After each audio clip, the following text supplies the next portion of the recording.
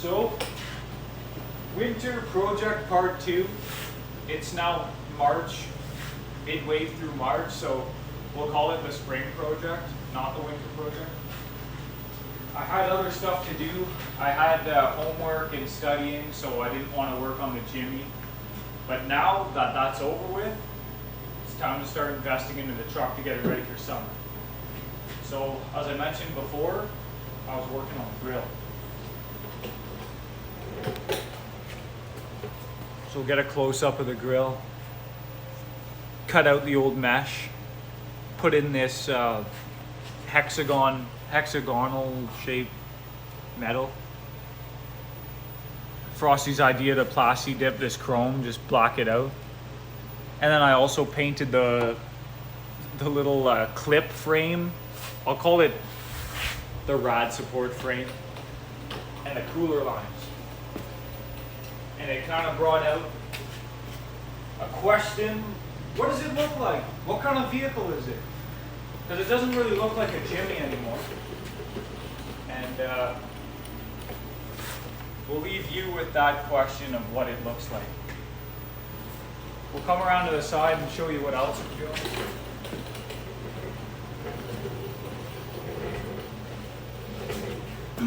I mentioned the lug nuts last time.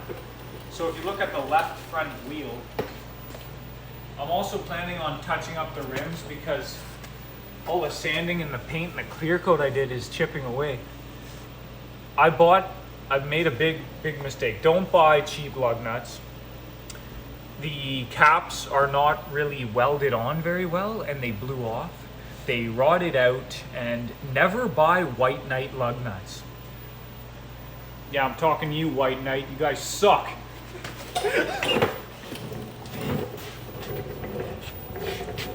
But look at the difference.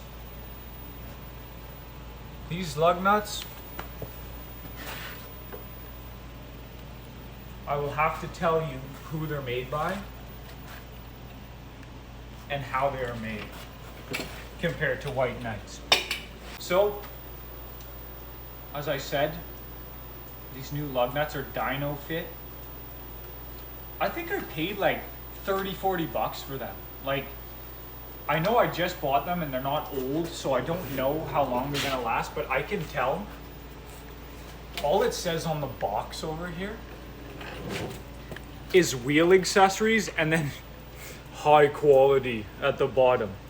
They make bolt style for Euro. They make kind of tuner with the special key you need. They make non-tapered lug nuts and then tapered acorns, kind of like the ones I bought. So if we open it up here, just came in a little box like that. Flip it over. Maybe you pick from the side, not the middle. Okay. That's the quality. One of the things I read on the website, or sorry, on Amazon, but on their description, is that these are one solid piece and they're machined. So the cap is actually a part of the structure of the lug nut. And now I'm about to roast the old ones. Rotten, they're really light. Cap's starting to crack off the end. And just a very piss poor paint job. I'm not gonna say these aren't gonna turn out like that eventually, because they probably will. Just the fact that it's one piece makes it way better. So that's the lug nuts. I highly recommend them. I'll link it in the bio of what lug nuts they are. They're M12 by 1.5. 19mm socket to take them off. Like I said previously, even though these new lug nuts, I've never even used them, they've never seen outside yet or any elements. I just want to show you why the old ones rusted and say, okay, this may happen to the new ones. The impact socket, as the lug nut bottoms out and it starts hammering to torque it, the socket tends to show its kind of hammering force on the edges, on the sides of the lug nut. So that's why it rusts. So honestly, I should have did this before. Frosty said he saw someone do this, and apparently you take your 19 mil socket or whatever size it is, and then you jam kind of like a double layered grocery bag over the socket, and it can limit that hammering on the edges. Honestly, I've never done it before. In the comments, if you ever done it, let me know if it works. But if you could come closer here,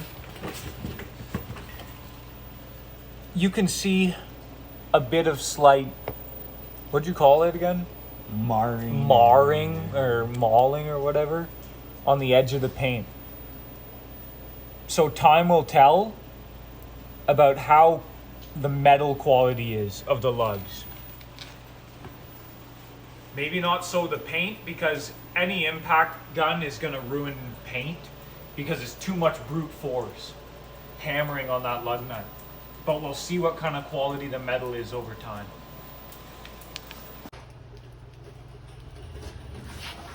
So the next thing I haven't really started yet in this winter/spring project is the rear wheelbase, or sorry, not wheelbase. The rear axle width is slightly less than the front on a Jimmy.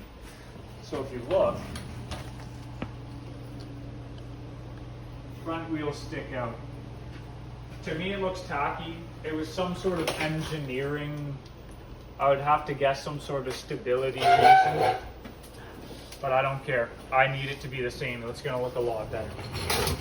So we need to figure out the difference between the rear and the front, the length, or sorry, width.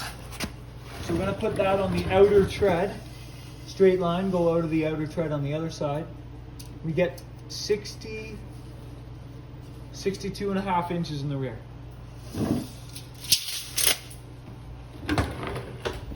Now we got to go to the front and find the difference.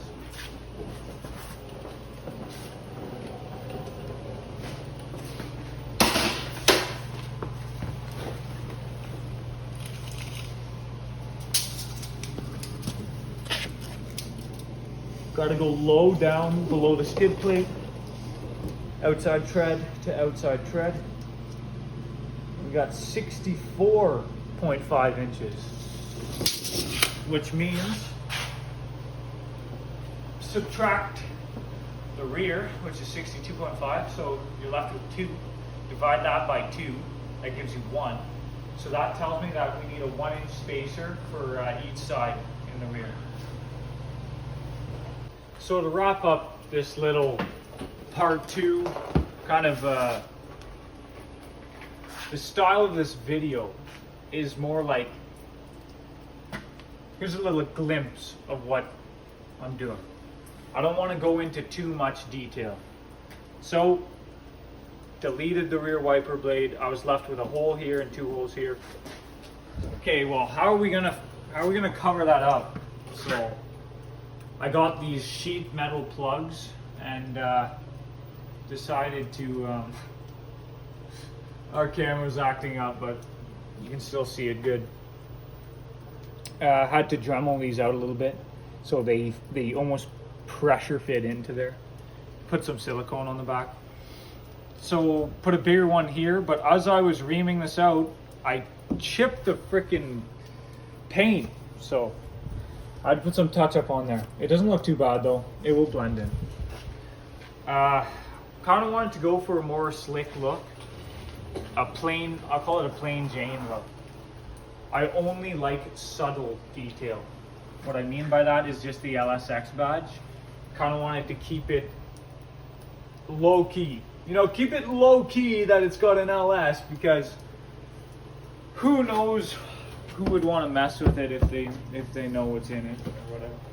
Anyway, hopefully not cops we're talking about here. But so the last thing I want to do, cosmetic wise, was get rid of the roof racks. Because how good is this? Look at this roof. It's got these cool lines they put on the roof, and you couldn't even see them with the roof rack on. This roof looks awesome. So making it flat, it really made a muscle truck look to it. But if you notice, the roof rack left some damage. It pitted the paint almost down to bare metal with slight rust. So I started doing a little touch up. It doesn't look great. I'm not a body guy, so I don't know what to tell you. But we're gonna sand it, clear coat. I put some more plugs in the roof. This one, accidentally, I grinded the rivet way too far down, so I had to put a plug in. But if we come back to the rear, this is actually a Christmas tree plug that I like literally pounded into the rivet. But I had to grind the rivet down kind of almost flush with the roof first. So that's where I'm at with the Jimmy. I'll probably make a stupid tire iron. I'll have to make a updated video part 3 later on. All right, take care.